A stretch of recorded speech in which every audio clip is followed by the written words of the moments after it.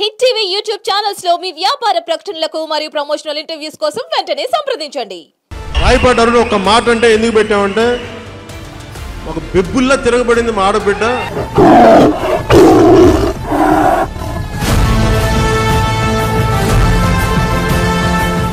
ఒక రకమైనటువంటి భారమైన బాధ్యత ఉంది. దాన్ని ఎలాగా సాధించాలి, ముందుకు తీసుకెళ్లాలనే ఆలోచన. 2024 ఎన్నికల్లో అంత పోరాటం చేసి అంత గర్జించినటువంటి మీకు అవకాశం రాలేదు. అలయన్స్లో టీడీపీ అలయన్స్లో వెళ్ళడం మూలంగా చాలా వరకు మా పార్టీ త్యాగం చేయాల్సి వచ్చింది. చాలా సీట్లు. రాజకీయ నాయకులు చాలామంది నా కట్టె కాలిపోయిన తర్వాత కూడా ఈ పార్టీ జెండానే నా శరీరం మీద ఉండాలని చెప్పిన వాళ్ళు కూడా ఈరోజు పార్టీలు మారారు. ఇప్పుడు మీరు కూడా అదే కావాలని చెప్తున్నారు, ఎందుకంటే రాజకీయాల్లో మీరు ఉన్నారు కాబట్టి. ఎప్పుడు ఏమైనా జరగవచ్చు కదండి. వాళ్ళలాగా రాజకీయాన్ని ఆదాయ మార్గంగా హోదా కోసం చూసుకోవట్లేదు. రేపు మీకు ఇవ్వాలనుకుంటే ఒకవేళ అంటే మీరు పెట్టిన ప్రపోజల్ ఏంటి, నాకు ఈ పదవి కావాలి అని చెప్పి నేను ఒక 5 నోటీస్ చేసి పెట్టాను. 20% వచ్చినటువంటి జనసేన పార్టీకి 21 సీట్లు వస్తే, వైఎస్ఆర్సీపీకి 40% ఓటింగ్ వస్తే 11 సీట్లకే పరిమితం అవటం. ఓడిపోతాడు అనేది ఒక సర్వేల ద్వారా ప్రజల్లో గ్రౌండ్లో చేయించినటువంటి రియాలిటీ ద్వారా ముందుగానే తెలియటం మూలంగా ఈవెన్ బూత్ ఏజెంట్ కూడా సపోర్ట్ చేయాలి జగన్కి చివరాఖరి. పోతిన మహేష్ ఒకళ్ళు, తర్వాత కళ్యాణ్ దిలీప్ శంకరావు ఒకళ్ళు, తర్వాత రాజేష్ మహాసేన. అవకాశాలు వ్యక్తిగత లాభం ఏమన్నా ఉండి అది అవ్వకపోవటం వలన వ్యతిరేకత అయ్యారా? ఎవరినన్నా ఎదగనిచ్చే మనస్తత్వం కాదు అతను. పోతిన మహేష్ ఒక అవకాశం ఎవరికన్నా ఇవ్వాల్సిన అవకాశం అతని చేతుల్లో ఉంటే ఇవ్వడు. నేను ఒక్కడనే ఉండాలి, వాళ్ళు ఎందుకు ఉండాలి, వాళ్ళు వద్దులే, నేను ఒక్కడనే కనిపించాలన్న కాన్సెప్ట్లో ఉంటాడు. నేను దానికి ప్రత్యక్షంగా నేను 2-3 సందర్భాలు మీరు కూడా ఫేస్ చేశాను. అందుకే నేను డైరెక్ట్గా చెప్తాను. ఎంపీ విజయసాయి రెడ్డి అంటే దాని మీద మీ కామెంట్ ఏంటి? వైసీపీ ప్రభుత్వం అధికారంలో ఉన్నప్పుడు ఆపోజిట్ పార్టీ నాయకుల యొక్క వ్యక్తిగత జీవితాలను తీసుకొచ్చి బజార్లో పెట్టింది కాబట్టి ఇవాళ వాళ్ళ వ్యక్తిగత జీవితం కూడా బజార్లోకి వచ్చింది. నమస్తే, వెల్కమ్ టు హిట్ టీవీ. నేను భాను మేకల. ఈరోజు మన ఇంటర్వ్యూలో Janasena party state spokesperson Rayapati Aruna garu ఉన్నారు. మేడం నమస్తే. నమస్తే అండి. ముందుగా మీకు అభినందనలు, ఎందుకంటే మీ పార్టీ అధికారంలోకి వచ్చింది. ఎలా ఫీల్ అవుతున్నారు? 10 ఏళ్ల పోరాటం తర్వాత, సుదీర్ఘ పోరాటం తర్వాత ప్రజలు మమ్మల్ని విశ్వసించి మాకు ఈ అధికారం ఇచ్చినందుకు నిజంగానే హ్యాపీగా ఉంది. కానీ ఆ సంతోషాన్ని ఎక్కువ కాలం కంటిన్యూ చేసే అటువంటి కంఫర్టబుల్ పొజిషన్ స్టేట్లో లేదు. ఇవాళ ఒక బాధ్యతాయుతమైన నిప్పులు కుంపట మీద కూర్చున్నట్లుగా ఎన్డీఏ గవర్నమెంట్ పరిస్థితి ఇవాళ ఉంది. ఆర్థికంగా రాష్ట్రం ఉన్న పరిస్థితిని రోజు రోజుకి అధ్యయనం చేస్తూ ఉంటే ఏం చేయాలో తెలియని స్థితి. కానీ ప్రజల్ని ఏ విధంగా ముందుకు తీసుకెళ్లాలో, అభివృద్ధి ఏ విధంగా సాధించాలనే దాని మీద దృష్టి ఉండడం వల్ల మేబీ ఆ సక్సెస్ని కూడా అంతగా ఎంజాయ్ చేయలేకపోతున్నాం. గతంలో ప్రభుత్వాలు ఎంజాయ్ చేసినట్లుగా కానివ్వండి, లేదంటే మిగతా విషయాల్లో సక్సెస్ వస్తే ఎలా ఎంజాయ్ చేస్తామో అట్లాంటి సక్సెస్ ఇప్పుడు చేయలేకపోతున్నాం మేము. నిజంగానే ఒక రకమైనటువంటి భారమైన బాధ్యత ఉంది. దాన్ని ఎలాగా సాధించాలి, ముందుకు తీసుకెళ్లాలన్న ఆలోచన, అవగాహన మీద పూర్తిగా నిమగ్నమయ్యారు నాయకులు. మేడం, జనసేన పార్టీ బీజేపీతో టీడీపీతో అలయన్స్లో లేకముందు జనసేన పార్టీ సింగిల్గానే ఆయన ప్రసంగాలు చేస్తూ ఉన్నారు, ఆయన సింగిల్గానే ఆయన పోరాటం చేస్తూ ఉన్నారు. ఆ క్రమంలో జనసేన పార్టీ నుంచి మహిళా నాయకురాలు చాలామంది ఉండగా మీరు ఇచ్చినంత వాయిస్, మీరు ప్రభుత్వాన్ని విమర్శించినంత వాయిస్ రైజ్ చేసినంత ఇదిగా మరి ఇంకా ఏ నాయకురాలు కూడా బహుశా లేరు. ఆ టైంలో రాయపాటి అరుణ మాత్రమే జనసేన పార్టీ నుంచి చాలా గట్టిగా ప్రభుత్వాన్ని విమర్శించారు. మరి 2024లో అంటే చాలామంది చట్టసభల్లో మీరు ఉంటారు, మీకు కూడా ఒక సామాన్యురాలైనటువంటి మీకు కూడా పవన్ కళ్యాణ్ అవకాశం ఇచ్చి చట్టసభల్లోకి పంపుతారు అనే ఒక ప్రచారం అయితే బాగా జరిగింది. కానీ ఎందుకని మొన్న 2024 ఎన్నికల్లో అంత పోరాటం చేసి, అలయన్స్లో లేకముందు మీరు అంత పోరాటం చేసి అంత గర్జించినటువంటి మీకు అవకాశం రాలేదు? దీని మీద మీ కామెంట్ ఏంటి? ఎవరు లేరు రాయపాటి అరుణకు ముందు అంటే అది ఒప్పుకోను నేను. చాలామంది సీనియర్లు పార్టీలు, అన్ని పార్టీల్లో కూడా ఉన్నారు, అలాగే జనసేనలో కూడా ఉన్నారు. చాలా రోజుల నుంచి పార్టీ ఆవిర్భావం నుంచి పార్టీ కోసం పనిచేస్తున్న వాళ్ళు ఉన్నారు. కానీ పీపుల్కి కనెక్ట్ అయ్యేటువంటి లాంగ్వేజ్ తోటి, ఆ భావజాలంతో అంత వాయిస్ నాదిగా వినిపించింది. అంటే నేను వినిపించడం కన్నా కూడా ప్రజలు నన్ను తీసుకున్నారు, ఓన్ చేసుకున్నారు. అమ్మాయి మాట్లాడుతున్న మన వాయిస్ నిజమే కదా అమ్మాయి మాట్లాడేది అని ఆలోచించే స్థాయిలో నేను మాట్లాడగలిగానని నేను అనుకుంటున్నాను అంతే. బట్ పనిచేసిన వాళ్ళు చాలామంది ఉన్నారు, నాకన్నా సీనియర్లు ఉన్నారు. ఇంకా రెండో అంశం మీరు అడిగింది చట్టసభలు ఎందుకు లేరు అని. రాజకీయం అంటే కేవలం బహిరంగంగా చేసే రాజకీయం ఒక్కటే కాదు. ప్రజల ఓట్లు కేవలం పార్టీలని, వ్యక్తులను అభిమానించి మాత్రమే పడవు. దానికి చాలా కారణాలు ఉంటాయి. ఆర్థికపరమైన కారణాలు ఉంటాయి, సర్దుబాట్లు, సీట్లు ఎన్డీఏతో అలయన్స్లో టీడీపీతో అలయన్స్లో వెళ్ళడం మూలంగా చాలా వరకు మా పార్టీ త్యాగం చేయాల్సి వచ్చింది చాలా సీట్లు. అందులో భాగంగా ఇంకొక విషయం ఏంటంటే ఆర్థిక బలాబలాలు అనేవి చాలా ఇంపార్టెంట్ గ్రౌండ్లో ఓట్లు పడాలి అంటే. సో అన్ని క్యాలిక్యులేషన్స్ని బేరీసి వేసుకుంటే ఈసారి నాకు అవకాశం మిస్ అయింది డెఫినెట్గా. బట్ ఏదో ఒక రోజు పవన్ కళ్యాణ్ గారి యొక్క అండదండలతోటి ఆయన అడుగుజాడలతో నడుస్తున్న నేను ఖచ్చితంగా ప్రజల కోసం మంచి చేసేటువంటి ఒక చట్టసభల్లో ప్రజల కోసం నిలబడేటువంటి ఒక బాధ్యతాయుతమైన పదవిలో తప్పనిసరిగా ఉంటాను, ఇవాళ కాకపోతే రేపు అనేది అయితే నాకు నమ్మకం ఉంది. మేడం, పొలిటికల్గా మీరు ఎప్పుడు అరగ్రేటం చేశారు? పొలిటికల్ అరంగేట్రం లాంటివి ఏమీ లేవు నాకు. అసలు మా ఫ్యామిలీ బ్యాక్గ్రౌండ్ రాజకీయాలు ఎవరూ లేరు. ఎప్పుడో మా నాన్న పుట్టక ముందు ఎప్పుడో కాంగ్రెస్లో ఊళ్ళో గ్రామ స్థాయి రాజకీయాలు తిరిగేవాడు. ఆ తర్వాత మాకు అది చెప్పింది లేదు, దాని గురించి మేము తెలుసుకుంది కూడా లేదు. నేను రాజకీయాల్లోకి వచ్చినప్పుడు కూడా అప్పుడు మా నాన్న బతికే ఉన్నాడు. నేను జనసేనలో యాక్టివ్గా ఉన్నప్పటికీ స్టార్ట్ చేసినప్పుడు అప్పుడు ఆయన కూడా చెప్పాడు క్లియర్గా, రాజకీయాలు మనలాంటి డబ్బు లేని వాళ్ళకి కొంచెం లోయర్ క్యాస్ట్ వాళ్ళకి సెట్ అవ్వవు, పై స్థాయి వాళ్ళు మనల్ని ఆ పని వరకు యూజ్ చేసుకొని తర్వాత ప్రయారిటీ ఇవ్వరు. అవి నేను అప్పట్లోనే పడ్డాను, అందుకే మిమ్మల్ని అసలు ఆ దారి వైపు తీసుకెళ్ళాలని కూడా ఎప్పుడు ఆ డిస్కషన్ తేలేదు, ఎందుకు మనకు రాజకీయాలు వదిలేసి అన్నాడు. నేను అప్పుడు ఒకటే చెప్పాను ఆయనకి, ఇప్పుడు ఆయన లేరు, చనిపోయి ఆయన ఉన్నారు. అప్పుడు ఒకటే చెప్పాను నేను ఆయనకి, మీరు చేసిన రాజకీయాలు వేరే ఉండొచ్చు, మీరు ఫాలో అయిన రాజకీయ నాయకులు వేరే ఉండొచ్చు, బట్ నేను ఫాలో అవుతున్న రాజకీయ నాయకుడు పవన్ కళ్యాణ్ గారు, మీరు మీ ఆలోచనలకు భిన్నంగా రాజకీయం చేస్తున్నాడు ఇప్పుడు ఆయన. ఖచ్చితంగా నేను అనుకున్న ఏది అయితే రాజకీయాల్లోకి వచ్చినా అది ఏదో ఒక రోజు సక్సెస్ఫుల్గా నేను సాధించి తీరుతానని చెప్పాను నేను డెఫినెట్గా. ఇవాళ అదే నిజం అవుతుంది. పేదల కోసం సామాన్యుల కోసం నిలబడే విధంగా ఆయన ఆలోచన భావజాలం ఉంది మనందరికీ తెలుసు. ఇంకోటి ఏంటి అంటే నేను 2014లో పవన్ కళ్యాణ్ గారు పార్టీ పెట్టినప్పుడు 2014లో వచ్చారా మీరు జనసేనలోకి? అప్పటి నుంచే జనసేనలో చాలా మంది పవన్ కళ్యాణ్ గారు వెనకాల వచ్చిన వాళ్ళు ఉన్నారు, కానీ ఎవరు రాజకీయంగా బయటికి తెలియదు. మ్యాక్సిమం అప్పుడు టీడీపీతో అలయన్స్లో ఉన్నాం. మేము టీడీపీకి వర్క్ చేశాను, మా ఊర్లో గ్రౌండ్లో టీడీపీకి వర్క్ చేశాము. 2018లో కళ్యాణ్ గారు బయటకు వచ్చేసినప్పుడు మేము కూడా బయటకు వచ్చేసాం. అప్పుడున్న కొంచెం లోకల్గా ఉన్న టీడీపీ క్యాడర్తో కూడా చిన్నపాటి డిస్టర్బెన్సెస్ వల్ల బయటకు వచ్చేసాను నేను కూడా. ఇంకా అవసరం లేదు, మా నాయకుడే వెళ్ళాడు, వీళ్ళ కోసం నేను చేయాల్సిన అవసరం. ఇంకా ఆ తర్వాత సోషల్ మీడియాలో చేస్తూ వచ్చాను, వేరే ప్రొఫైల్స్ తోటి చేస్తూ వచ్చాను. కొద్ది రోజుల తర్వాత ఒరిజినల్ ప్రొఫైల్తో స్టార్ట్ చేశాను సోషల్ మీడియాలో కూడా. వైసీపీ స్టార్ట్ చేసింది ఇంకా అప్పుడే, నేను పార్టీ సభ్యత్వం తీసుకోక ముందు నుంచి నేను వైసీపీకి టార్గెట్ నేను సోషల్ మీడియాలో. ఓకే. అప్పుడు టిక్ టాక్ అని ఒక యాప్ ఉండేది, అది ఫేస్బుక్, ట్విట్టర్లో కూడా ఒరిజినల్ ప్రొఫైల్ ఉండేది కదా, టిక్ టాక్లో ఒరిజినల్ ప్రొఫైల్ ఉండేది, వాటితో చేస్తూ ఉండేదాన్ని. తర్వాత స్థానిక సంస్థల ఎలక్షన్స్ అప్పుడు ఇంకా ఓపెన్ అప్ అయిపోయాను.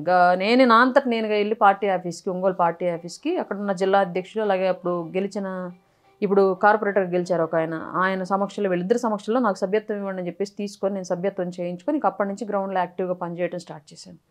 మేడం, ఇప్పుడు మీరు 10 ఏళ్ల పాటు జనసేన పార్టీలో క్రియాశీలకంగా వ్యవహరిస్తున్నారు అంటే, ఇన్నేళ్ల ఈ 10 ఏళ్ల ఈ పొలిటికల్ జీవితంలో మీరు ది బెస్ట్ హ్యాపీయెస్ట్ మూమెంట్ ఏదైనా ఉందంటే ఏం చెప్తారు? ది బెస్ట్ హ్యాపీయెస్ట్ మూమెంట్ అంటే మొన్న పవన్ కళ్యాణ్ గారు ఆయన భారీ మెజారిటీతో గెలవడం ఒకటి, 100% పోటీ చేసిన అన్ని స్థానాల్లో మేము గెలవడం ఒకటి, ఇవి రెండు చాలా హ్యాపీయెస్ట్ మూమెంట్లు. ఫస్ట్ రెండు ఇది కాకుండా ఇంకా పర్సనల్గా చెప్పాలి అంటే కళ్యాణ్ గారు నాకు ఒక బిరుదు ఇచ్చారు, ఆడబెబ్బులి అని. అవును, చాలా మంది ఉండగా మీ పేరు. అవును, ఆడబెబ్బులి అని. కళ్యాణ్ గారు అంత స్థాయిలో ఒక వ్యక్తిని నోటీస్ చేశారు అంటే చిన్న విషయం కాదు, ఆషామాషిగా నోటీస్ చేయరు. ఆయన అంటే ఎన్నాళ్ళు కష్టపడినటువంటి పనికి ఆయన గుర్తింపు ఇచ్చారు. ఆయన మైండ్లో నేను ఉన్నానన్న ఒక సంతోషం నాకు ఇప్పటికీ ఉంది, ఎప్పటికీ ఉండిద్ది. ఆ గెలిచిన సందర్భం అయితే అసలు ఇంకా ఆ రోజు పార్టీ యాప్స్లో ఏడ్ చేశాను, నాకు తెలియకుండా. నేను ఆపుకోవాలని, అందరు నన్ను చూసి మళ్ళీ ఎక్కడ ఎగతాళి చేస్తారో అని చెప్పేసి ఆపుకోవాలని ట్రై చేసినా కూడా నాకు తెలియకుండానే ఆపుకోలేనంత కళ్ళ నీళ్ళు కారిపోతూ ఉన్నాయి. అందరేమో ఎగతాళి చేస్తున్నారు, ఏంటి చిన్నపిల్లలాగా ఏడుస్తున్నావు అని చెప్పేసి. ఇప్పుడు ఆగట్లా నేను ఆపుకోవాలని ట్రై చేసిన. అంటే నేను ఫస్ట్ టైము నాకు కంట్రోల్ చేసుకోలేనంత ఆనందం నేను ఫీల్ అయ్యాను, అది నా కళ్ళల్లో ఆనంద బాష్పాల రూపంలో వచ్చింది. ఇవి రెండు సందర్భాలు రాజకీయంగా నేను వచ్చిన తర్వాత నాకు చాలా హ్యాపీయెస్ట్ మూమెంట్స్. సాడ్ మూమెంట్ ఏదైనా ఉందంటే ఏం చెప్తారు? సాడ్ మూమెంట్ అంటే రాజకీయాల్లో 10 హ్యాపీ మూమెంట్లు ఉంటే 90 సాడ్ మూమెంట్లు ఉంటాయి ఎవరికైనా. అంటే మీరు ఎక్కువ బాధపడిన అంశం ఏదో ఒకటి ఉంటుంది కదా? చాలా ఉన్నాయండి అట్లాంటివి, లైక్ ట్రోలింగ్ కావచ్చు, నెగిటివ్ కామెంట్స్ కావచ్చు, లేదంటే మీ మీద అసత్య ప్రచారం చేయొచ్చు. అది వేటికి బాధపడ్డానంటే ఎక్కువ సొంత పార్టీ నుంచి చేశారు నా మీద, దానికి చాలా బాధపడ్డా. బయట వాళ్ళు అంటే సహజంగా వాళ్ళని డబ్బులు ఇచ్చి వాళ్ళని అలా అట్లా మమ్మల్ని రాక్షస అంటే మీకు నేమ్ వస్తుందని. అంతే, ఇంక రాజకీయం అంటే ఇంకేముంటుందండి, వాళ్ళకి నాకేమైనా పొలం గట్లు తగాదలా లేదంటే ఇళ్ళ కాడ గోడలు తగాదలా ఏమి ఉండవు కదా. ఏదో జిల్లాలో ఇంకా నేనే కనిపిస్తున్నాను వాళ్ళు కనిపించట్లేదు అని, అందరూ నాకు వచ్చి చెప్పుకుంటున్నారు వాళ్ళకి చెప్పట్లేదని, అందరూ నన్ను ఐడెంటిఫై చేస్తున్నారు వాళ్ళని చేయట్లేదని, ఏదన్నా ఒక మీటింగ్కి వెళ్తే నాతో వచ్చి ఫోటోలు దిగుతున్నారు వాళ్ళతో దిగట్లేదని, ఇలాంటివన్నీ చిన్న చిన్న ఇవన్నీ అసలు యాక్చువల్గా ఆ స్థాయికి అవి అసలు కన్సిడర్ చేసుకోవాల్సిన విషయాలు కాదు. కానీ ఎందుకు అయ్యే వాళ్ళకి పెద్దగా బాధగా అనిపించాయి. మేబీ ఇంకా అంత పరిపూర్ణమైన రాజకీయ నాయకులు వాళ్ళు కాలేదేమో, నాకు తెలియదు ఇంకా బహుశా. అవి నేను అప్పటికి చాలా వరకు తగ్గే ఉన్నాను, చాలా తగ్గి అసలు వాళ్ళు వెళ్ళే ఇష్యూస్ని అవాయిడ్ చేసుకుంటూ, వాళ్ళు వెళ్ళే ప్రోగ్రామ్స్ని అవాయిడ్ చేసుకుంటూ, దూరంగా లోకల్ నియోజకవర్గానికి దూరంగా ఉంటే ఎక్కడెక్కడో బయట వర్క్ చేసుకుంటూ కొంచెం అంటే నేను ఎంత తగ్గగలనో అంత తగ్గాను. బట్ అయినా కూడా ఆ వచ్చే చిన్నపాటి ఐడెంటిటీని కూడా వాళ్ళు తట్టుకోలేక అట్లాంటి సిచ్యువేషన్కి దాడి చేశారు. అక్కడ నాకు ఇంకా బాధ కలిగించిన విషయం ఏంటి అంటే, డైరెక్ట్గా నా మీద అటాక్ చేసినా పోను, అది వేరే ఉండేది. నాతో వచ్చిన కుర్రాన్ని కొట్టారు ఫస్ట్. ఇప్పుడు వాళ్ళ తల్లిదండ్రులు నేను బాధిత. నన్ను నమ్మి ఒక పిల్లాడిని నాతో తోడుగా పంపించినప్పుడు వాళ్ళు మేమిద్దరమే నాతో ఉన్నటువంటి నా పార్టీ నాయకులే కదా అని వాళ్ళని నమ్మి వాళ్ళతో పాటు మేమిద్దరే చిన్న స్కూటర్ వేసుకుని వెళ్ళినప్పుడు కార్నర్ చేసి చీకట్లో మమ్మల్ని ఆపి, అది కూడా కారు ఎక్కాను కాబట్టి ఆ పిల్లడు ఎవరో సపోర్ట్ ఉన్నాడు నాకు అక్కడ. కారు ఎక్కకపోయి ఉంటే మేబీ వీళ్ళు వెళ్ళే కారుతో గుద్దేసి వెళ్ళిపోదురే మమ్మల్ని ఆ రోజు. ఇంక వాళ్ళలో ఉన్న రాక్షసత్వం ఆ రోజు అలా ఉంది, గుద్దేసి వెళ్ళిపోదురేమో. ఆ పిల్లవాడు కొట్టడం నాకు బాధ వేసింది. నాతో వాళ్ళతో ఒక తల్లిదండ్రులు నన్ను నమ్మి తోబుట్టు నాతో పంపిస్తే నాతో వచ్చిన కొట్టారే అనవసరంగా. నేను అడుగుతున్నా అడ్డపడుతున్నా సరే ఆపకుండా కొట్టారని బాధ. అడ్డం పోయినందుకు అక్కడ లోకల్ వాళ్ళు వచ్చి అడిగితే వాళ్ళని కూడా తలలు పగలు కొట్టారు, అదొక బాధ. నా వల్ల వాళ్ళకి గాయాలు తగిలే. ఎప్పుడైనా ఇంక పలానా అమ్మాయి మన ఊరు వచ్చినప్పుడు ఆ అమ్మాయిని కాపాడబోయి మనం తన్నులు తిన్నావరా దెబ్బలు తిన్నావరా అని వాళ్ళు చెప్పుకుంటారు. అది నాకు మచ్చే కదా అది. ఇవి ఏంటంటే కూర్చుని మాట్లాడుకుంటూ అయిపోయే విషయాల్ని కొట్లాటల దాకా తెచ్చారు వాళ్ళు. అప్పుడు ఇంకో బాధ ఏమేసిందంటే, ఫస్ట్ టైం నా హస్బెండ్ నన్ను క్వశ్చన్ చేశాడు ఫస్ట్ టైం.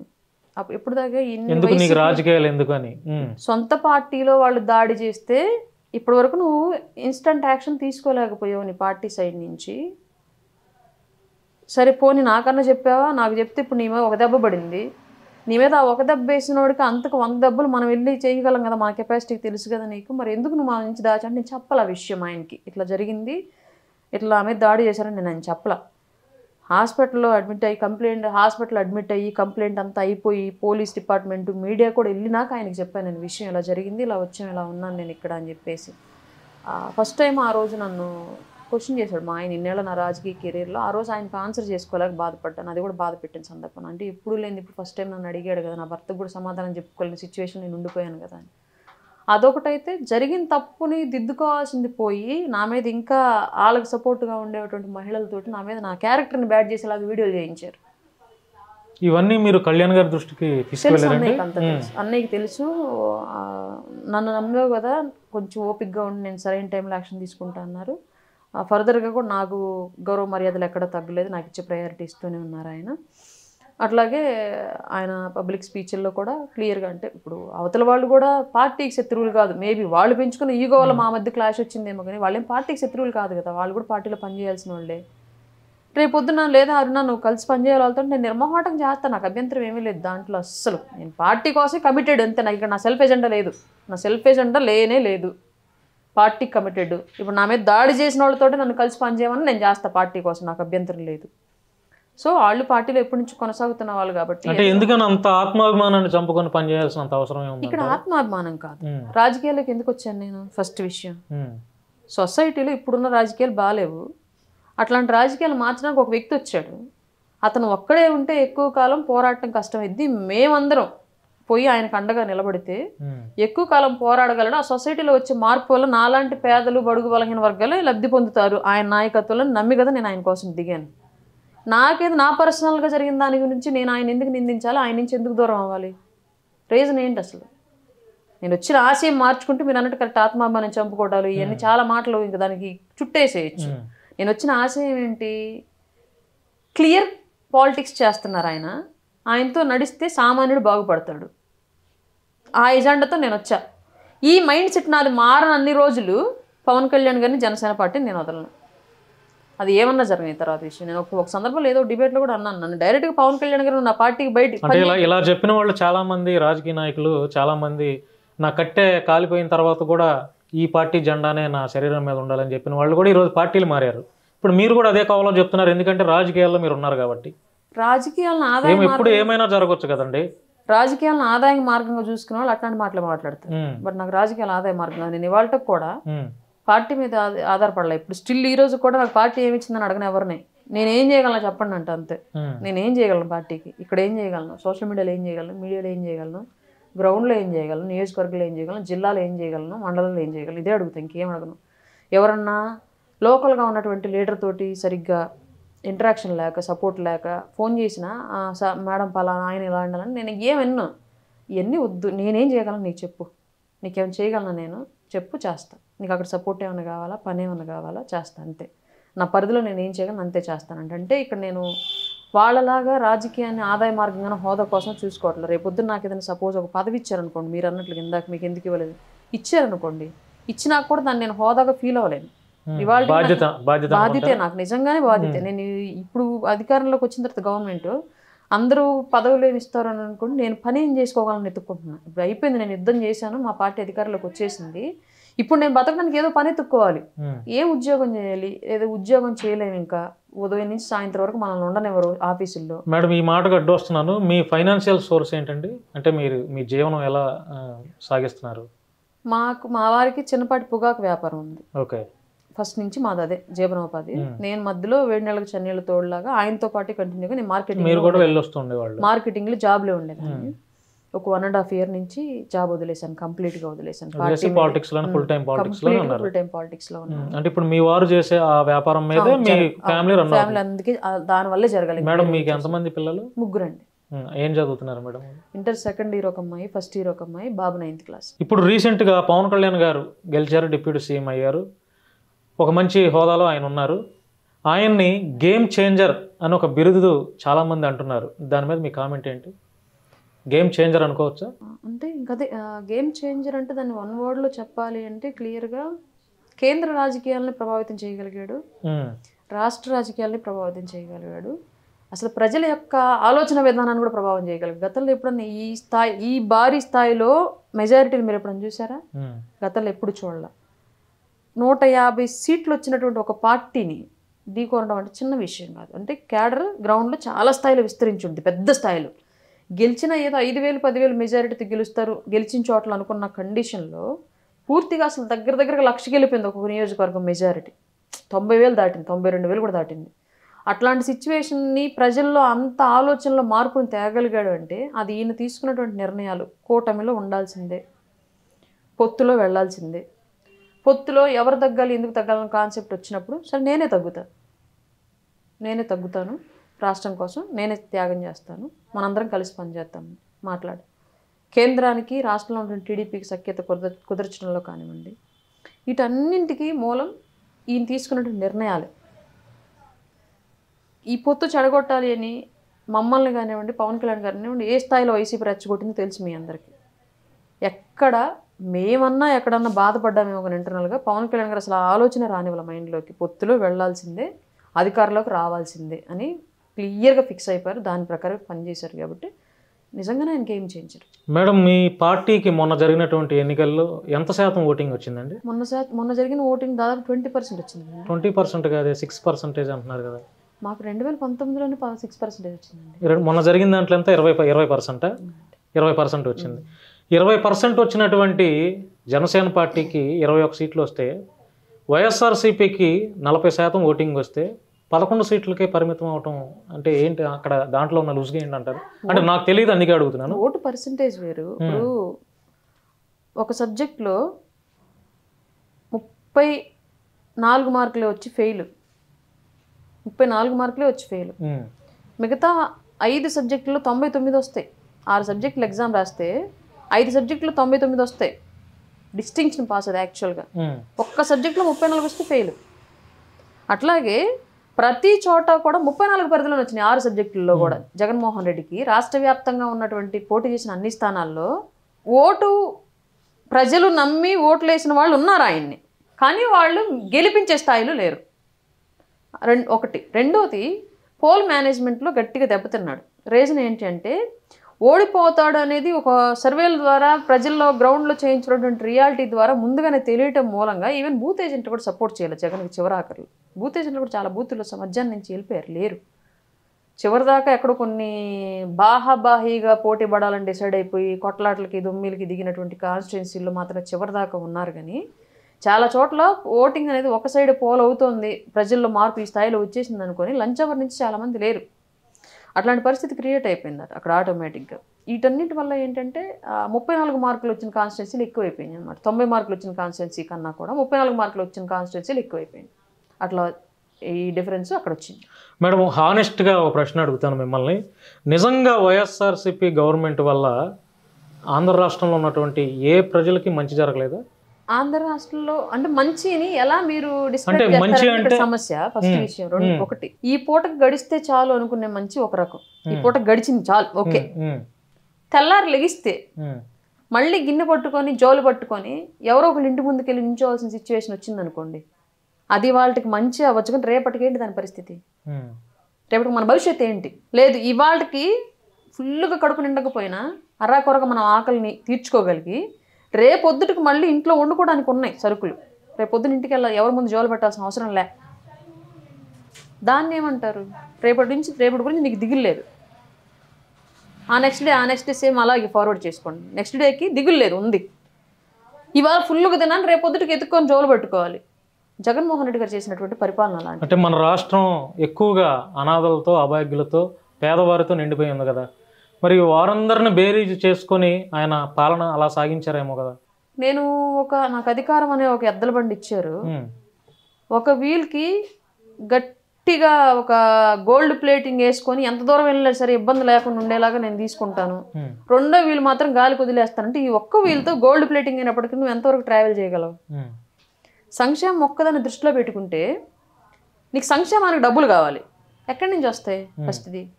రెండోది, ఇయర్ బై ఇయర్ నువ్వు సంక్షేమం మీద దృష్టి పెట్టుకుంటూ వెళితే ఎన్ని సంవత్సరాలు నువ్వు బ్రతుకుంటావు?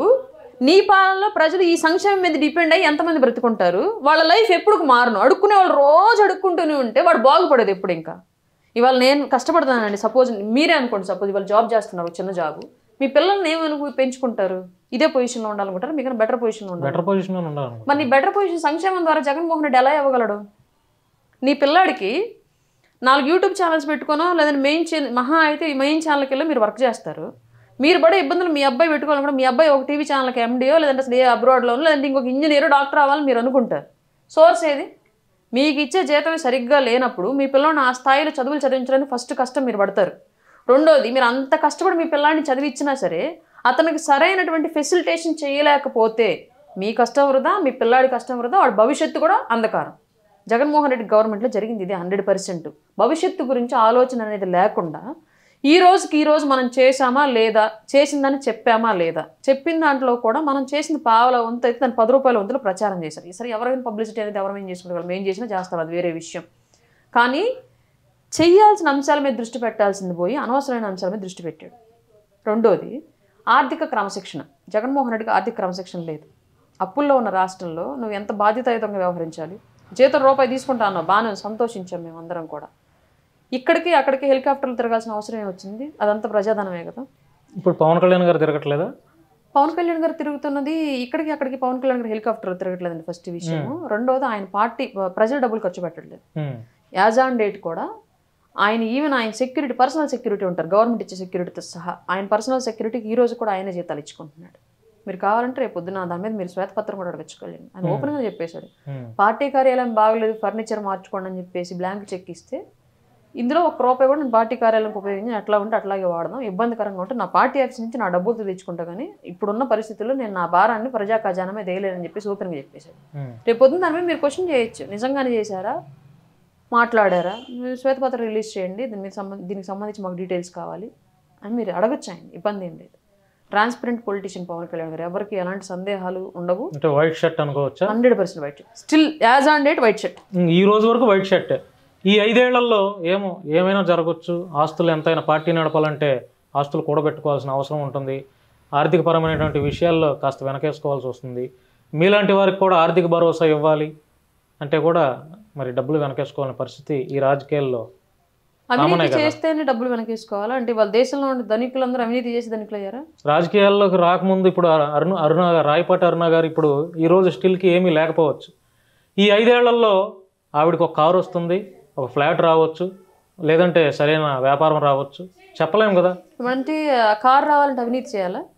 ఫ్లాట్ రావాలంటే అవినీతి చేయాలా? అవినీతి ఎందుకు చేయాలి? దానికి సంపాదన రకరకాలుగా ఉండొచ్చు కదా. ఇప్పుడు నేను ఒక వ్యాపారం తీసుకుంటాను. సో గవర్నమెంట్ టైంలో ఇప్పుడు రేషన్ డీలర్ తీసుకోవచ్చు నేను, దాని మీద నాకు నెలకు 50,000 30,000 వస్తాయి. దానివల్ల నేను పొద్దుకోవచ్చు. సెటిల్మెంట్లు అంటే అది మళ్ళీ అవినీతి. ఎందుకంటే బాధితుడి పక్షాన్ని నిలబడి సెటిల్మెంట్ చేసామంటే అది మనకు పేరు, అవతలను బాధించి సెటిల్మెంట్ చేసామంటే అది అవినీతి. ఇక్కడ మనం ఎంచుకునే మార్గంలో తేడా. పవన్ కళ్యాణ్ గారు 10 ఏళ్ల నుంచి రాజకీయాల్లో ఉన్నారు. ఆయన సంపాదించుకోవాలి అనుకుంటే టీడీపీకి మద్దతు ఇచ్చినప్పుడు సంపాదించుకొని ఉండొచ్చు, బీజేపీతో అలయన్స్ లో స్టార్ట్ చేసిన దగ్గర నుంచి కేంద్రంలో ఏదో విధంగా లాబింగ్ చేసుకొని సంపాదించుకోవచ్చు.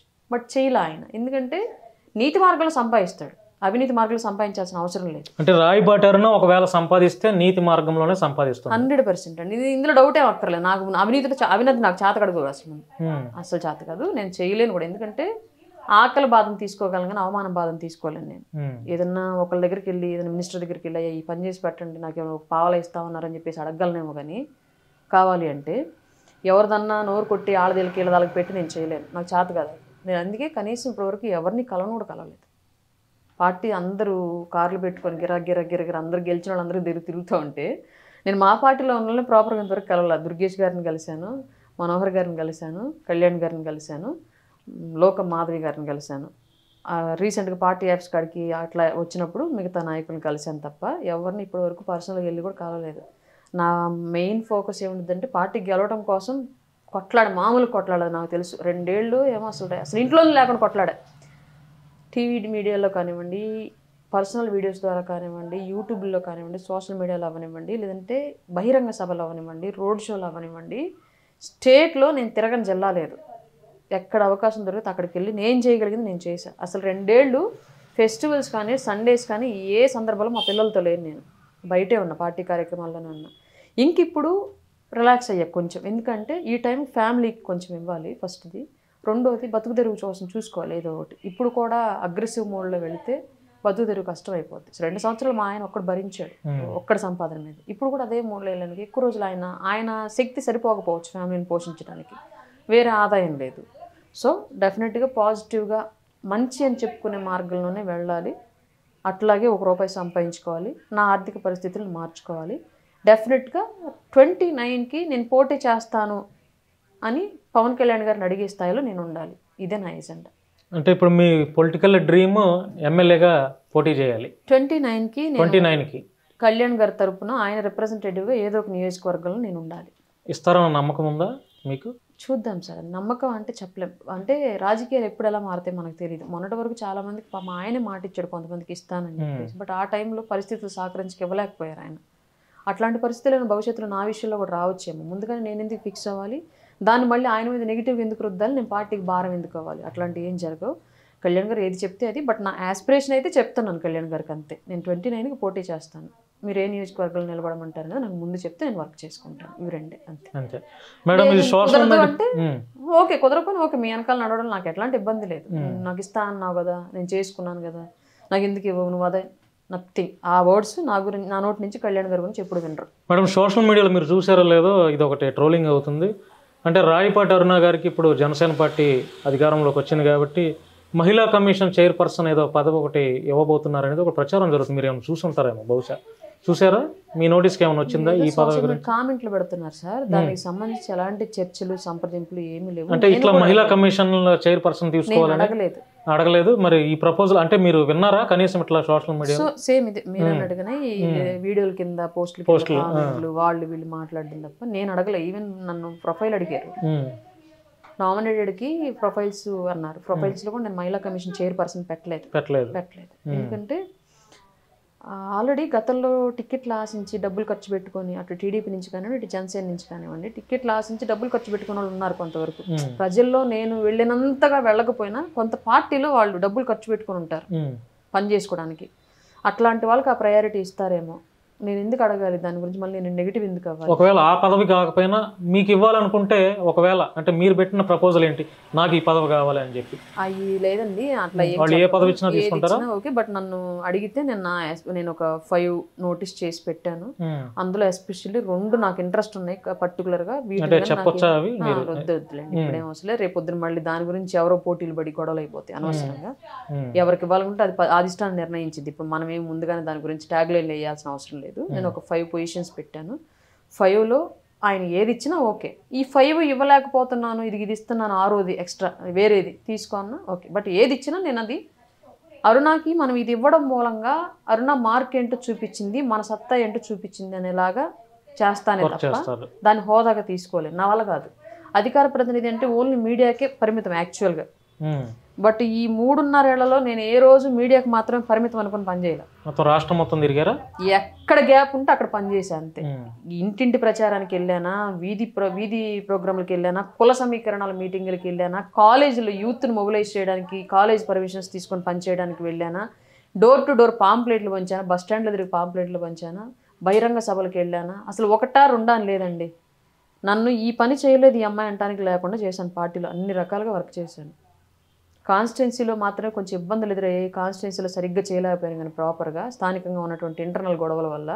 బయట మాత్రం అందరూ వాళ్ళ ఆహ్వానం మేరకు వాళ్ళు కూడా నన్ను అంతే స్థాయిలో ఆదరించి, అరుణ వస్తే జనాలు వస్తారు, అరుణ చెప్తే 4 వింటారు, న్యూట్రల్స్ 4 మారుతారనేటువంటి ఒక మార్కుని అయితే నేను క్రియేట్ చేసుకున్నాను. దానివల్ల పనిచేశాను కాబట్టి చూద్దాం ఆయన ఏమిస్తారో నాకు తెలియదు. ఇవ్వకపోయినా సరే నేను దాని గురించి పట్టించుకోనండి. నాకు ఏదైనా బ్రతుకు తెరువు ఒకటి కొంచెం పర్మనెంట్గా నెలకింత నా కుటుంబానికి ఆదాయం వచ్చేలాగా బ్రతుకు తెరువు చూసుకోవాలని మెయిన్ ఆ ఫోకస్లో ఉన్నాను నేను. పదవి అనేది నాతో ఏదైనా పని ఇంకోటి, ఇప్పుడు ఆల్రెడీ అధికార ప్రతినిధిగా చేస్తున్నది, ఇంకో బాధ్యత నాకు అప్పచెప్పాలనుకుంటే పార్టీ అప్పచెప్పిద్ది. అది గవర్నమెంట్కి చేసేదా పార్టీకి చేసేదా అని వాళ్ళ ఇష్టం, నాకు సంబంధం లేదు. మేడం, ఇప్పుడు రాష్ట్రంలో 2 రోజుల నుంచి ఒక న్యూస్ వైరల్ అవుతుంది, అదే ఎంపీ విజయసాయిరెడ్డి. చూసారా మేడం? చూసానులే సార్. అంటే దాని మీద మీ కామెంట్ ఏంటి? పర్సనల్ ఇష్యూస్ అవి యాక్చువల్గా మనకు సంబంధం లేదు. కాకపోతే ఏంటంటే నువ్వు ఏది ఇస్తావో అదే తిరిగి వచ్చింది నీకు. నువ్వు రాళ్ళు వేస్తే రాళ్లే వస్తాయి, పువ్వులు వేస్తే పువ్వులే వస్తాయి. నువ్వు గతంలో వైసీపీ ప్రభుత్వం అధికారంలో ఉన్నప్పుడు ఆపోజిట్ పార్టీ నాయకుల యొక్క వ్యక్తిగత జీవితాలను తీసుకొచ్చి బజాట్లో పెట్టింది కాబట్టి ఇవాళ వాళ్ళ వ్యక్తిగత జీవితం కూడా బజాట్లోకి వచ్చింది. కర్మ హిట్ బ్యాక్ అని, అంతే తప్ప మనం డిస్కషన్ చేసుకోవాల్సిన అవసరం లేదు. ఎందుకని మేడం అంతా వైసీపీలో ఉన్న వాళ్ళే ఈ రకమైనటువంటి అక్రమ సంబంధాలు ఒక్కొక్కళ్ళు బయటకు వస్తున్నారు? ఎందుకని అంటే ఏ పార్టీలు, అంటే మిగతా పార్టీలో ఉన్నాయో లేదో నాకైతే తెలియదు, కానీ ఈ పార్టీలో గోరంట్ల మాధవ్ కావచ్చు, అవంతి శ్రీనివాస్ కావచ్చు, అంబటి రాంబాబు కావచ్చు, ఇప్పుడు రీసెంట్గా అయినా అధికార విచ్చలవిడతాను అంటారు, ఐడియా ఉందా? అది వాళ్ళు చేసింది. ఇప్పుడు చేసే తప్పు కూడా మేము అధికారంలో ఉన్నాము ఏమైద్దిలే మాకన్నా విచ్చలవిడితో చేసుకున్నారు. అన్ని సందర్భాలు ఒకలా ఉండవు ఎవరికి కూడా, అన్ని రోజులు ఒకలా ఉండవు ఎవరికి కూడా. ఇవాళ పడ్డోళ్ళు రేపు పైన ఉంటారు, ఇవాళ పైన వాళ్ళు రేపు కింద పడతారు. వైసీపీ పైన ఉన్నప్పుడు కన్ను మిన్ను కానకుండా చేసింది ఏ విషయం అయినా సరే, దానికి పర్యవసానమే ఇవాళ ఈ పరిస్థితి. ఒక ఎంపీ స్థాయిలో ఉండి అట్లాంటి కాల్స్ మాట్లాడడం, అతను పర్సనల్గా ఎవరైనా రిలేషన్ ఉంటే పర్సనల్గా మీట్ అవ్వచ్చు, పర్సనల్గా మాట్లాడుకోవచ్చు. అయ్యి నథింగ్, ఎవరి పర్సనల్ లైఫ్ వాళ్ళు మేము ఇన్వాల్వ్ అవ్వం, మాకు సంబంధం లేదు. రాజకీయాలకి వ్యక్తిగత జీవితానికి సంబంధం లేదు. మేము ఈ నినాదం 100%. కానీ ఇది వైసీపీ వాళ్ళు ఇది రాజకీయ కోణంలో కుట్ర చేశారు. ఆమెకు ఆల్రెడీ 2వ భర్త ఉన్నాడని చెప్పి ఆ ఫొటోస్ కూడా ఈరోజు సోషల్ మీడియాలో పోస్ట్ చేశారు. ఈరోజు చాలామంది పోస్ట్ చేశారు. ఇది కావాలని, అంటే వేరే వాళ్ళతో అయినా పోనీ అంటగట్టొచ్చామో కానీ ఆయన పెద్ద ఆయన వయసు ఏంటి, ఈమె వయసు ఏంటి, ఆయన చూస్తేనేమో 70కి రీచ్ అవుతున్నారు, ఈమెమో ఒక 38-39 ఏజ్లో ఉంది, ఎలా ఇది సాధ్యం అవుతుందని ఒక సోషల్ మీడియాలో ఒకటే పోస్టులు అయితే పెడుతున్నారండి. ఒక రాంబాబు వయసు ఎంత ఉండిద్దండి? 60 ఉండొచ్చు. అవంతి శ్రీనివాస్ వయసు ఎంత ఉండిద్ది? 60 ఉండొచ్చు. మరి వాళ్ళిద్దరు చేసి మనం కళ్ళారా చూసాం కదండి. మరి ఇప్పుడు విజయసాయి రెడ్డి నాకు 60 ఉన్నాయంటే వయసు అక్కడ క్యాలిక్యులేషన్ కాదని వాళ్ళిద్దరి విషయంలో అర్థమైపోయింది కదా. ఆయన వ్యక్తిగత జీవితం మనకు సంబంధం లేదు, నిజంగానే జరిగిందా లేదని మనకు సంబంధం లేదు. ఆ అమ్మాయి భర్త బయటకు వచ్చి నాకు లీగల్గా నాకు దీని నుంచి క్లారిటీ కావాలి, ఆ బాబు నా బాబా కాదా అన్నది అనేది అడిగాడు. నిజంగానే నీవేం తప్పు చెయ్యకపోతే అతను కోర్టు కేసాడు కదా, పోయి ఆ టెస్టులు చేయించేసుకుని రిపోర్ట్ పడేసి అతని మొహాన, తర్వాత అతనే సారీ చెప్తా అన్నాడు. అతనే సారీ చెప్పి బయటికి వెళ్ళిపోతా అన్నాడు. ఆ పని చేసేసుకోండి, మాకు సంబంధం లేదు ఆ విషయం, మేము బయటికి తేలా. ఎవడైతే బాధితుడు ఉన్నాడో బాధితుడు బయటికి తెచ్చాడు, నువ్వు అతనికి సమాధానం చెప్పుకోవాలి, అతను వేసిన కేసుకి లీగల్గా నువ్వు ఆన్సర్ ఇవ్వాలి, మాకు అవసరం లేదు. ఇవాళ మేము మాట్లాడాల్సిన పరిస్థితి ఎందుకు వచ్చిందంటే నువ్వు గతంలో మా జీవితాలను తీసుకొచ్చి బడ్జెట్లో పెట్టి మాట్లాడాలని ప్రయత్నం చేసావు. ఆటోమేటిక్గా అప్పుడు నువ్వు మాట్లాడించిన మీడియా ఇప్పుడు మాతో కూడా మాట్లాడిస్తుంది అంతే. మేము మాట్లాడట్లా. ఎన్డీఏ కూటమిలో ఉన్నటువంటి ఏ పార్టీకి విజయసాయి రెడ్డి గారి యొక్క వ్యక్తిగత జీవితం లేదంటే ఆ అమ్మాయి ఎవరు శాంతి అని ఉంది, ఆ అమ్మాయి వ్యక్తిగత జీవితం మాకు ఎవరికి అవసరం లేదు. ఆడపిల్లలు సహజంగా సొసైటీలో ఉంటే ఎట్లాంటి వేధింపులు ఉంటాయో మాకు తెలుసు. ఎంప్లాయీగా ఉన్నటువంటి ఏ ఆడపిల్ల అయినా ఇల్లు దాటి సమస్యలు బయటకు వస్తే 170 మంది ఫేస్ చేసే వేధింపులు ఇవన్నీ. కొంతమంది ఆ వేధింపులు తట్టుకోలేక వాళ్ళకి తలంచలేక ఆ జాబ్ కాదని ఇంకో జాబ్కి వెళ్ళిపోతారు. కొంతమంది ఛాలెంజింగ్గా తీసుకొని వాళ్ళు ఏ వేధింపులు పెట్టినా సరే వర్క్ వేధింపులే చేస్తారు. ఏం చేసిన మ్యాక్సిమమ్ ఆ వేధింపుల్ని ఛాలెంజ్గా ఫేస్ చేస్తారు. అంత స్ట్రగుల్ చేయలేక ఈజీ లైఫ్ ఈజీ గోయింగ్ వెళదాం అనుకున్న వాళ్ళు లొంగిపోతారు. ఈ 3 ఇష్యూస్ జరుగుతాయి ఎవరి విషయంలో అయినా సరే. అంటే మేడం తప్పుగా అనుకోవద్దు, మిమ్మల్ని ఈ ప్రశ్న అడుగుతున్నానని. మీకు కూడా ఈ రకమైనటువంటి వేధింపులు మీ పార్టీలో జరిగాయా? పార్టీ అని నేను చెప్పట్లా, అంటే పొలిటికల్గా ఉన్న వాళ్ళకి ఇవన్నీ common. Not only politics, job తీసుకో. ఈవెన్ ఒక బిల్డింగ్ దగ్గర డైలీ లేబర్ అదే విసుకొచ్చులు మోసుకుంటాం కదా, అక్కడికి వెళ్ళు. లేదా ఒక మిరగాయల యార్డ్లోనో, ఒక పొగాకు గోడౌన్లోనో, ఒక పత్తి బేరంలోనో, లేదంటే ఇంకెక్కడన్నా ఒక చేపలు సెగ్రిగేట్ చేసేటువంటి ఒక ప్లేసెస్లోనో, ఒక నూలు దారాలు ఉడికే ప్లేసెస్లోనో, 1, 2 అని కాదు, మీరు ఏ ప్లేస్కి వెళ్ళినా ఒక మహిళ ఇల్లు దాటి బయటికి వచ్చింది అని. ఈవెన్ ఇప్పుడు ఇళ్లలో ఉన్న వాళ్ళు కూడా రక్షణ లేదు. మామల నుంచో, మరుదుల నుంచో, రిలేషన్స్ నుంచి జరుగుతున్న ఇష్యూస్ అవి. అట్లాంటప్పుడు ఒక మహిళ సహజంగా బయటకు వచ్చింది అంటే ఎవరైనా 170 మంది ఫేస్ చేసే ఇష్యూ అండి ఇది. వేధింపులు అనేవి 170 మంది ఫేస్ చేసే ఇష్యూస్. 30 మందికి ఆ వేధింపులు ఉండవు. వాళ్ళకి మరి అవతల వాళ్ళకి ఎవరికి వాళ్ళు కనెక్ట్ అవ్వలేకపోవడమో, లేదంటే ఇంకో నచ్చకపోవడమో వేరే కారణం సైడ్ నుంచి 30 మంది దీని నుంచి ఎక్స్క్యూజ్ చేసేద్దాం. 70 మంది ఈ వేధింపులు ఎదుర్కొనే వాళ్ళు. 70 మందిలో కొంతమంది ఒక రకంగా, కొంతమంది ఒక రకంగా ఈ ప్రాబ్లమ్ ఓవర్కమ్ చేస్తారు. అందులో భాగంగానే ఈ శాంతి అనే ఆవిడ కూడా అట్లాంటిది ఏదైనా ప్రాబ్లం ఫేస్ చేసిందేమో మనకు తెలీదు. వాళ్ళ భర్త బయట పెట్టాడు కాబట్టి వాళ్ళు మనం మాట్లాడుకుంటున్నాం ఆ విషయం గురించి. లేదని మనకు సంబంధం లేదు ఆవిడ విషయం, అసలు నథింగ్. రాజకీయాలకి ఆ అమ్మాయి జీవితానికి ఏంటండి సంబంధం? ఇప్పుడు ఇవాళ వైసీపీ పతనానికి కానీ విజయసాయి రెడ్డి అమ్మాయితో పెట్టుకున్న అఫైర్ కానీ ఏమైనా సంబంధం ఉందా? లేదు. ఇవాళ ఎన్డీఏ కూటమి చేస్తున్నటువంటి అభివృద్ధికి కానీ, లేదంటే ఆ అమ్మాయి పుట్టిన బిడ్డకు కానీ ఏమైనా సంబంధం ఉందా? లేదు. సమస్య ఎక్కడ? వాళ్ళ భర్త నాకు పుట్టారని చెప్పేసి చెప్తున్నారు, రేపొద్దు నా ఆస్తిలో వాటాలు అడుగుతారు, లేదా నా కొడుకునని చెప్పేసి ప్రచారం చేసింది జనానికి. బట్ ఆ అబ్బాయి నాకు పుట్టలేదు, నాకు DNA టెస్టులు కావాలి, నాకు పలానా వాళ్ళ మీద అనుమానం ఉందని అతను చెప్పాడు. అక్కడ దుమానం రేగింది. ఎందుకు రేగింది? నువ్వు గతంలో ఇట్లాంటి పంచాయతీలు నీ టీవీ ఛానల్స్ ద్వారా, నీ సోషల్ మీడియా ఛానల్స్ ద్వారా, నీ యూట్యూబ్ ఛానల్స్ ద్వారా ఆంధ్ర రాష్ట్ర రాజకీయాల్లో నువ్వు తెచ్చావు కాబట్టి ఇవాళ నీ పరిస్థితిని అవే ఛానల్స్ వాళ్ళు ట్రోల్ చేస్తున్నాయి. సమాధానం చెప్పుకో. రాష్ట్రానికి దానికి సంబంధం లేదు. విజయసాయి రెడ్డి వ్యక్తిగత జీవితంతో మాకు సంబంధం. నువ్వు ముసలోడివా, 3 గాళ్ళోడివా, లేదంటే పరుడిచి పిల్లోడివా, మాకు అవసరం లేదు. వయసే క్రైటీరియా అనుకుంటే అంబటి రాంబాబు వయసు ఎంత, ఆడియో లీకులు విన్నాము. అవంతి శ్రీనివాస్ వయసు ఎంత, వీడియో లీకులు ఆడియో లీకులు విన్నాము.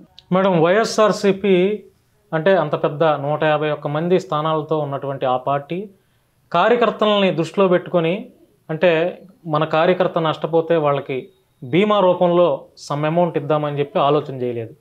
At the same time Telugu Desam party కూడా, అన్ని సంవత్సరాల చరిత్ర కలిగినటువంటి తెలుగుదేశం పార్టీ కూడా మా పార్టీ కోసం, మన పార్టీ కోసం కష్టపడుతున్న కార్యకర్తలకి వారిని ఉద్దేశించి వారికి ఏదైనా జరిగితే బీమా రూపంలో మన పార్టీ నుంచి ఇంత ఆర్థిక భరోసా ఇద్దామని వాళ్ళు కూడా ఆలోచన చేయలేదు.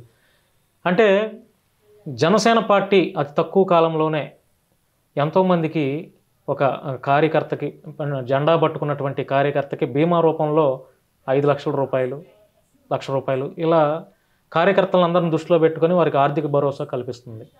అంటే దాని మీద మీ కామెంట్ ఏంటి? అసలు పని చేయించుకోవడానికి మాత్రమే జెండాలు పట్టించే వాళ్ళు కొందరు ఉంటారు. జెండా పట్టుకున్న అంటే అది మంచి ఆలోచన.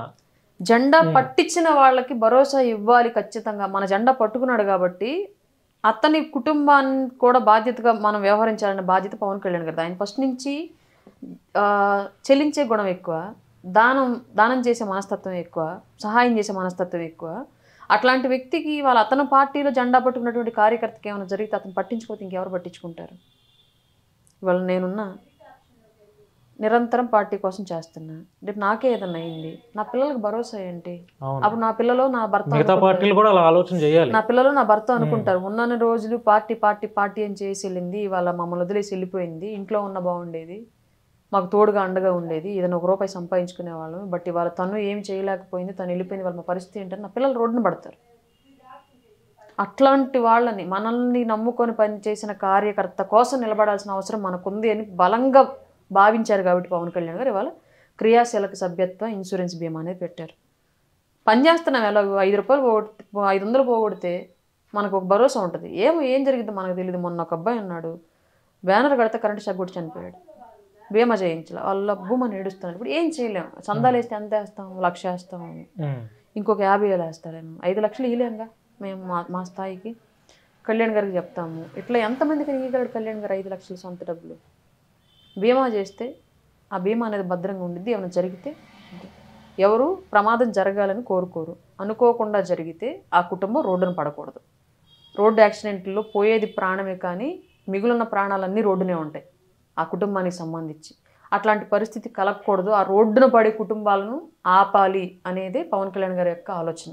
అంటే క్రియాశీలక సభ్యత్వం వెనక ఇంకొక లుసుకుందని నా యొక్క అభిప్రాయం అండి. అదేంటంటే ఇప్పుడు చాలామంది ఎక్కువ శాతం చనిపోరు కదా. ఇప్పుడు మీ ఓటింగ్ పర్సంటేజ్ని పెంచుకోవాలన్న నేపథ్యంలో ఇలా క్రియాశీలక సభ్యత్వం అనేది ఒకటి పెట్టి అందరినీ పార్టీ సభ్యత్వంలో చేర్చుకొని మీ యొక్క ఓటింగ్ శాతాన్ని పెంచుకుంటున్నారు అనేది ఒక ట్రోలింగ్ కూడా ఉంది.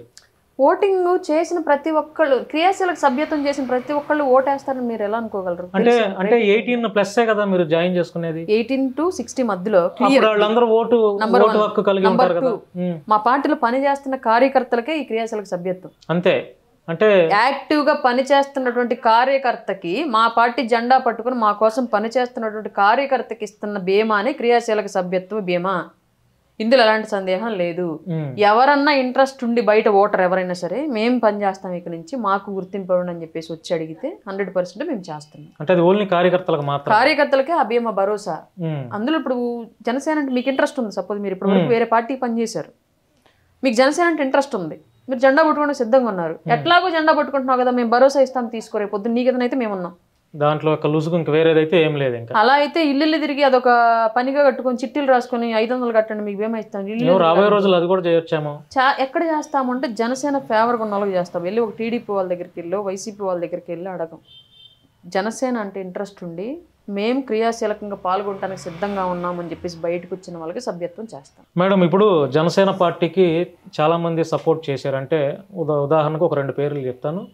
పోతిన మహేష్ ఒకళ్ళు, తర్వాత కళ్యాణ్ దిలీప్ శంకరావు ఒకళ్ళు, తర్వాత రాజేష్ మహాసేన.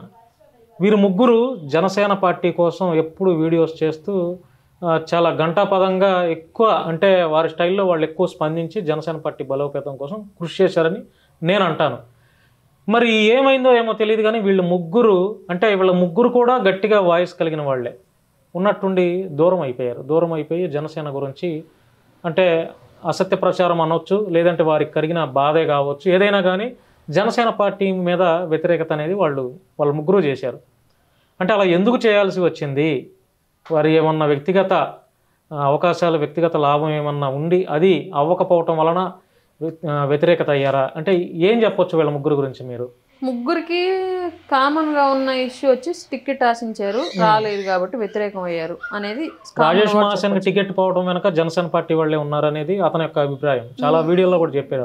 అతని అభిప్రాయం ఏంటొచ్చాము కానీ యాక్చువల్ గా రాజేష్ మహాసేన టికెట్ పోవడానికి మెయిన్ కాదు కారణం, వైసీపీ కారణం. అతను పాత వీడియోలన్నీ డిగ్ చేసి మరి అది చేసింది జనసేన వాళ్ళేగా. జనసేన కాదండి, వైసీపీ వాళ్ళు ట్రోల్ చేశారు ఆ వీడియోస్ అన్ని కూడా. జనసేనకి ఆ వీడియోస్ మళ్ళీ పాతవి తీసుకొచ్చి బయట పెట్టడానికి జనసేనకి సంబంధం లేదు అసలు. యాక్చువల్ గా జనసేన లోకల్గా ఆ టికెట్ మాకు ఇవ్వండి, మేము ఇన్ని సర్పంచులు జడ్పీటీసీలు ఇంతకుముందు గెలుచుకుని ఉన్నాం, ఈ టికెట్ టీడీపీకి ఎందుకు మాకు ఇవ్వండి అని ఫైట్ చేశారు. ఇప్పుడు ఎట్లా అయితే రాజమండ్రి ఇంకా 3-4 చోట్ల ఫైట్ చేశారు మా వాళ్ళు, ఇది బలమైన సీటు కదా మీరు ఎట్లా ఇస్తారని చెప్పేసి టీడీపీకి.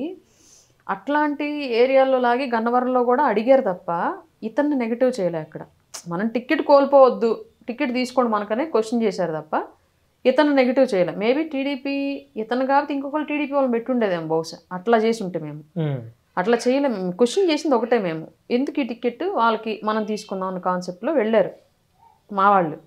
కానీ రాజేష్ మహాసేనని వాంటెడ్గా టార్గెట్ చేసి పాత వీడియోలన్నీ తీసి బయటకు కక్ష తీర్చుకుని వైసీపీ పాత వీడియోలు మొత్తం డిగ్ చేసి YCP paid social media handles ఏవైతే ఉన్నాయో, పెయిడ్ యూట్యూబ్ ఛానల్స్ ఏవైతే అవి మొత్తం వేసాయి అతను వీడియోస్. పాత మాట్లాడినవని మనిషి మారుతాడు సహజంగా. అప్పుడు మాట్లాడిన మాటలు మేబీ అతను మార్చుకున్నాడేమో తెలియదు, మారిన తర్వాత టీడీపీ టికెట్ ఇచ్చిన అది కూడా మనకు తెలియదు. కానీ వైసీపీ అతని మీద పగ తీర్చుకుంది. దాన్ని ఆయన మేబీ వైసీపీతో ఫైట్ చేయలేని అనుకున్నాడా, లేదంటే జనసేన టార్గెట్ అంటే ఆ టికెట్ పోవటం వెనక వైసీపీ వాళ్ళు ఉన్నారా జనసేన వాళ్ళు ఉన్నారా అని ఆలోచన చేసుకోలేనంత వయసు ఆయనకు లేదంటారా? ఇన్ని వీడియోలు మాట్లాడితే ఇంత అనలైస్ట్ చేస్తూ ఉన్నాడు కదా ఆయన. అంటే ఆయన ఇప్పుడు వీడియోలో రీసెంట్గా వీడియోలో కూడా చూసుకుంటే ఆయన వీడియో మొత్తం మాట్లాడిన తర్వాత ఎండ్ చేసిన తర్వాత జై భీమ్, జై భారత్, జై మహాసేన, జై తెలుగుదేశం, జై లోకేష్ అని అంటాడు. జై పవన్ కళ్యాణ్ అనట్లేదు, జై జనసేన. ఇంతకుముందు అన్నారు మళ్ళీ జై జనసేన, జై పవన్ కళ్యాణ్, ఇప్పుడు అనటం లేదు. అంటే దాని వెనక ఏంటి? ఇంతకు ముందు అంటే ఆయన అప్పుడు టీడీపీ జనసేన జెండా కప్పుకోవాలి. ఆయన జై జనసేన అన్నప్పుడు కానీ జనసేనకు సపోర్ట్ చేశారు, రావాలని వెయిటింగ్ లో ఉన్నాడు. బట్ ఆయనకి ఎందుకునో పార్టీలో ఇవ్వలేదు యాక్సెస్. నాకు తెలియదు కారణాలు ఏంటనేది నాకు తెలియదు ఇప్పుడు. ఎందుకంటే నా పరిధి ఒక ఇల్లు, ఒక ఊరు, ఒక జిల్లా అనుకుంటే కళ్యాణ్ గారి పరిధి ఒక రాష్ట్రం, ఒక దేశం. సో రాజేష్ మహాసేన గారి గురించి కళ్యాణ్ గారికి ఏం తెలుసో నాకు తెలియదు. పార్టీకి ఎందుకో యాక్సెస్ ఇవ్వలేదు అది కూడా నాకు తెలియదు. బట్ అతను జనసేన అపార్థం చేసుకోవడం మాత్రం ముమ్మాటికి తప్పే. జనసేనకి అతను టికెట్ పోవడానికి ఏ సంబంధం లేదు. జనసేన ఆ సీటు మాకు ఇవ్వండి అని అడిగింది తప్ప అతని మీద ఏమి నెగిటివ్ చేయలేదు. అతను పాత వీడియోలని తీసి తొవ్వి మరి బయటికి పెట్టింది వైసీపీ. వాళ్ళని తిట్టినందుకు పగ తీర్చుకున్నారు వాళ్ళు. అతను ఎందుకు అట్లా రివర్స్ అయ్యాడో, అతన్ని ఇప్పటికి కూడా ఎందుకు యాక్సెప్ట్ చేయట్లేదు అంటే అతని వాయిస్ని ఎందుకు కంట్రోల్ చేయడానికి పెద్దలు ప్రయత్నించట్లేదు నాకు తెలియదు. ఇది కూడా నాకు తెలియదు, అదైతే నాకు తెలియదు. రెండోది పోతిన మహేష్, ఆ పర్సన్ ఫస్ట్ నుంచి రాంగ్ పర్సన్. మీరు మీతో సన్నిహితంగా బాగుండేవాళ్ళు మాట్లాడేవారు అంటే ఫోన్ కాల్స్ ఎప్పుడు మాట్లాడలేదు? లేదు. పర్సన్స్ కూడా ఎవరినన్నా ఎదగనిచ్చే మనస్తత్వం కాదు అతను. పోతిన మహేష్ ఓకే. ఒక అవకాశం ఎవరికన్నా ఇవ్వాల్సిన అవకాశం అతని చేతుల్లో ఉంటే ఇవ్వడు. నేను ఒక్కడనే ఉండాలి, వాళ్ళు ఎందుకు ఉండాలి, వాళ్ళు వద్దులే నేను ఒక్కడనే కనిపించాలన్న కాన్సెప్ట్లో ఉంటాడు. నేను దానికి ప్రత్యక్షంగా నేను 2-3 సందర్భాలు ఫేస్ చేశాను. అందుకే నేను డైరెక్ట్గా చెప్తాను. అట్లాంటి వ్యక్తి అతను. అంటే అవకాశం కోసం నటించాడు, అవకాశం రాదు అని తెలిసిన తర్వాత అసలు రంగు బయట పెట్టుకున్నాడు. అట్లాంటి నటులు ఇంకెంతమంది ఉంటారు మనకు కూడా. కళ్యాణ్ దిలీప్ శంకర్ గారి విషయంలోకి వచ్చేటప్పటికి మరి అప్పటి వరకు అంత మరి ఎందుకని ఆయన అంత పార్టీకి అంత లాయల్ గా ఉన్నాడు, చాలా సబ్జెక్ట్ కలిగిన వ్యక్తి, ఎందుకు మీరు పార్టీని అతని నుంచి వదులుకున్నారు? పార్టీ వదులుకోవడం లేదనేది సంబంధం లేదండి. ఇప్పుడు పోతిన మహేష్ పార్టీ అంటే కష్టకాలంలో ఉన్నప్పుడు కూడా మీరు ఎలా అయితే వాయిస్ రైజ్ చేశారో అతను కూడా సోషల్ మీడియా వేదికగా జనసేన పార్టీ బలోపేతం కోసం కృషి చేశాడు కదా. మరి అలా కృషి చేసిన వారిని సరైన స్థానం ఇవ్వకపోవడం, లేదంటే అతను ఏదన్నా ఆవేదన కలిగి ఉన్నాడు, అవి ఒకసారి మీ పార్టీ పెద్దలో లేకపోతే మీలాంటి వారు మాట్లాడే ప్రయత్నం చేస్తే మీకు అది కూడా ఇంకా కష్టకాలంలో చాలా బలంగా ఉండేది కదా. నాకున్న ఆవేదన నేను చెప్పుకునే సమయం వచ్చేంత వరకు ఓపికగా నేను వెయిట్ చేసే పార్టీలో. నాకు సమయం వచ్చినప్పుడు నేను చెప్పుకున్నా, అలాగే నిలబడి పార్టీలో నాకు సమయం వచ్చినప్పుడు నేను చెప్పుకున్నా. బోలెడు మంది ఇంకా కళ్యాణ్ దిలీప్ గారిని అన్న ఆపడానికి ట్రై చేసేవాళ్ళు తక్కువ మంది ఉంటారేమో. రాయపటి అరుణ అని కళ్యాణ్ గారితో కమ్యూనికేట్ అవ్వనీయకుండా ఆపేవాళ్ళు బొచ్చెడు మంది ఉన్నారు. అయినా ఓపిక్గా ఉండి నాకు టైం వచ్చినప్పుడు నేను చెప్పుకున్నా. నేను అక్కడ నాయకుడు భావజాలను నమ్మాను తప్ప నా సెల్ఫ్ ఎజెండా లేదు అక్కడ. బట్ దిలీప్ శంకర్ గారికి సెల్ఫ్ ఎజెండా ఉందనుకుంటాను, అందుకే నాయకుడు భావజాలంతా డిఫర్ అయ్యారు. మేడం మీరు ఏం చదువుకున్నారు? మీరు నేను ఆఫ్టర్ ఇంటర్మీడియట్ మ్యారేజ్ అయిపోయింది సార్. తర్వాత ఆఫ్టర్ రాజకీయాల్లో స్టార్ట్ అవుదాం అనుకున్నాక డిగ్రీ కట్టి Acharya Nagarjuna university BA complete చేశాను. ఈ సంవత్సరం కంప్లీట్ అయింది. మేడం మీరు అంటే చాలా డిబేట్స్లో మీరు పార్టిసిపేట్ చేశారు, అందరూ రాష్ట్ర వ్యాప్తంగా అందరూ చూశారు. అంటే మీరు ఏ సబ్జెక్ట్ పట్టుకున్నా కూడా చాలా క్లుప్తంగా మీ డిబేట్లో ఎవరైతే ప్రత్యర్థులు ఉంటారో అసలు వాళ్ళని మాట్లాడించే అవకాశం లేకుండా సబ్జెక్టుతో వాళ్ళని క్వశ్చన్ చేస్తారు.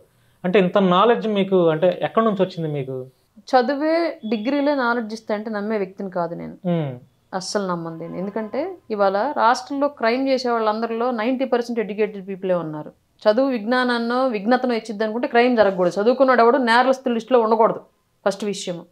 రెండోది చదువే తెలియనిచ్చిద్ది అనుకున్నా కూడా నేను నమ్మను. ఇవాళ బోలెడన్ని ఆన్లైన్ స్కాముల్లో, బ్యాంకింగ్ స్కాముల్లో, ఈ ఆన్లైన్ గేమ్స్ స్కాముల్లో లాట్ ఆఫ్ అప్పులు, బ్యాంకర్స్, స్థానిక ఈ ఏదో అంటారు కదా ఫైనాన్షియల్ స్కామ్స్లో, వీటన్నింటిలో మోసపోతున్న వాళ్ళందరూ కూడా చదువుకున్న వాళ్ళే.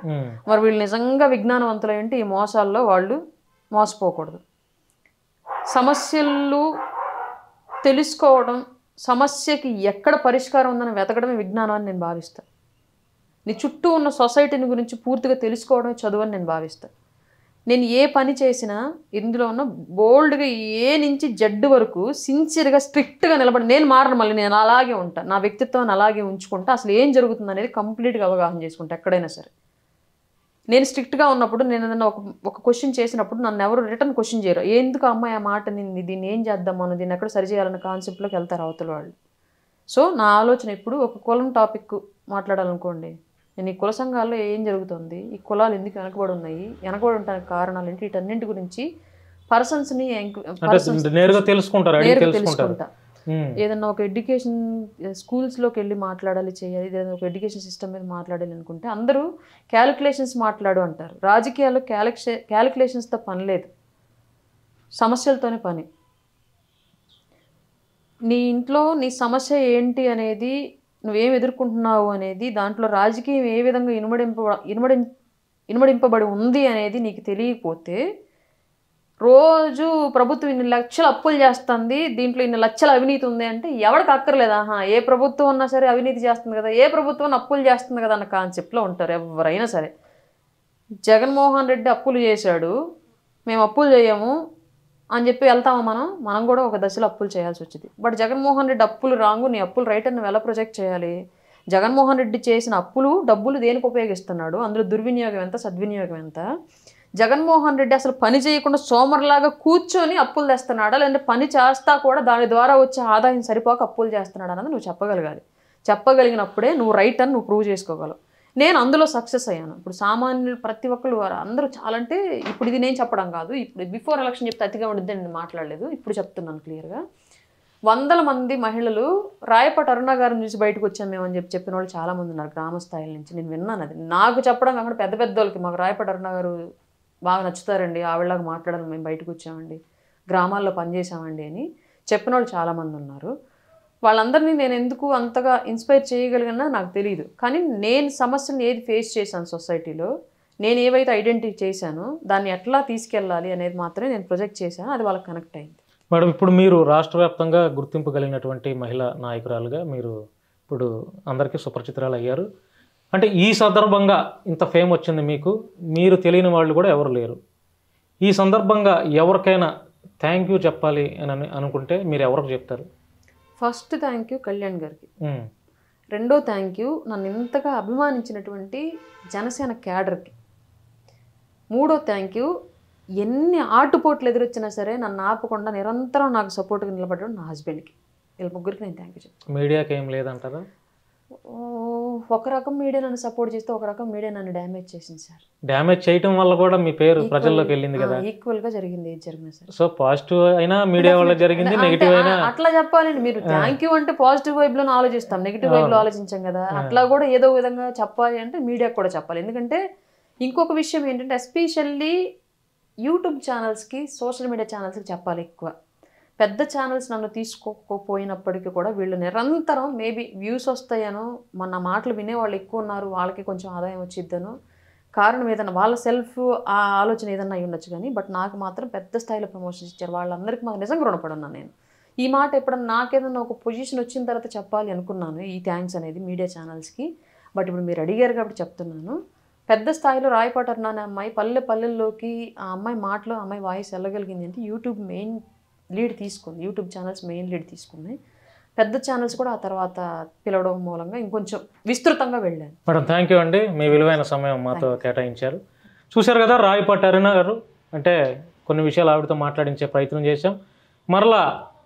మరొక కొన్ని అంశాలతో కుదిరితే ఈసారి హాట్ టాపిక్తో మరలా ఆవిడతో ఇంటర్వ్యూ చేద్దాం. Thank you so much. ఈ వీడియో నచ్చితే ఎవరైనా లైక్ చేయండి, షేర్ చేయండి. ఆవిడ మాట్లాడిన మాటలు ఏమైనా తప్పులు ఉంటే కూడా కామెంట్ రూపంలో తెలియజేయండి. Thank you so much. Hit TV app ని డౌన్లోడ్ చేసుకోండి. ఇందులో short news, live news, entertainment movies అన్ని అవైలబుల్ గా ఉన్నాయి. Please download hit TV app.